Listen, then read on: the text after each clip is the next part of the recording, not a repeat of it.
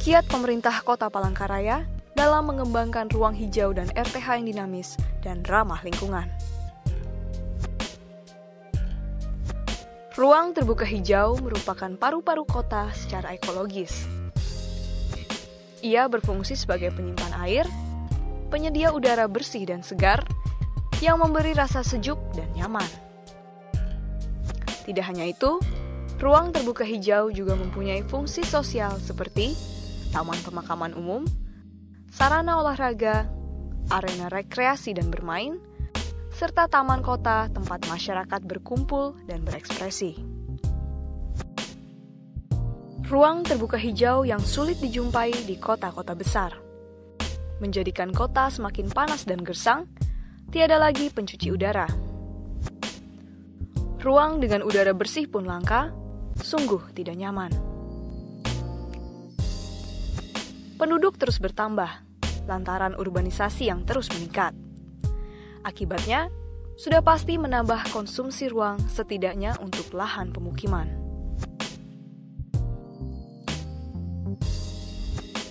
Di sini ruang terbuka hijau semakin terjepit, yang tidak berdaya bila harus dirubah menjadi pemukiman dan ruang bisnis, tanpa peduli akan dampaknya terhadap daya dukung kota.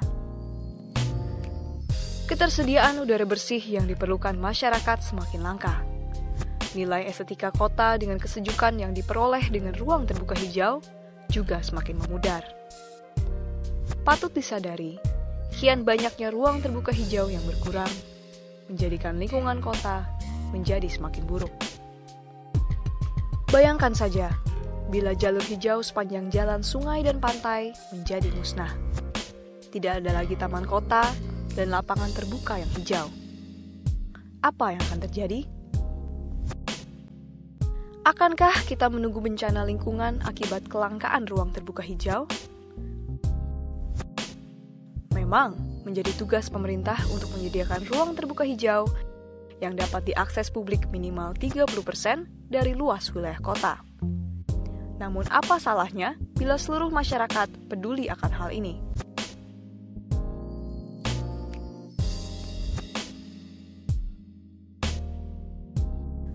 Sudah waktunya kita ciptakan suasana lingkungan kota yang nyaman, jauh dari nuansa gersang dan kering. Tidaklah salah bila lahan di sepanjang jalan diisi sungai atau pantai, dimanfaatkan untuk membangun ruang terbuka hijau. Selain menanami pekarangan rumah dengan pepohonan ataupun tumbuhan hijau. Salam Kota Cantik. Kota Cantik Palangkaraya ini akronim dari terencana, aman, nyaman, tertib, indah, dan keterbukaan.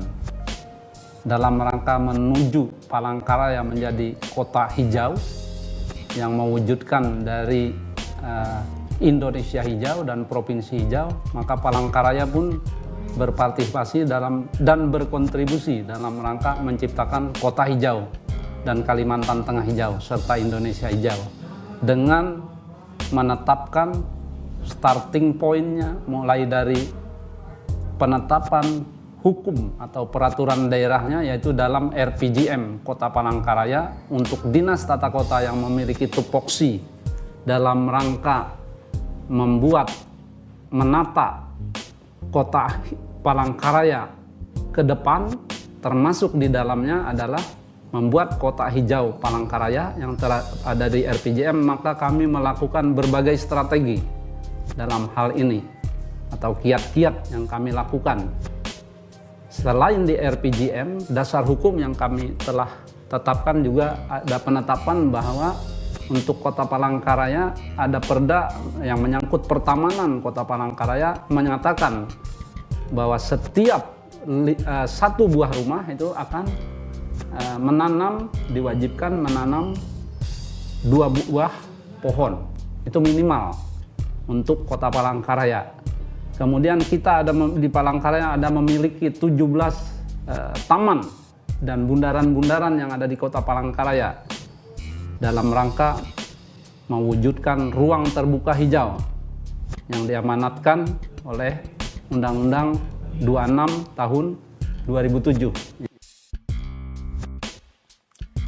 Siapa lagi kalau bukan kita? warga kota yang mampu mewujudkan ruang terbuka hijau di sekitar kita. Peran warga harus diperlihatkan, sehingga ruang terbuka hijau perkotaan dapat dinikmati oleh seluruh masyarakat. Mari bersama-sama peduli tata ruang dan peduli ruang hijau kota.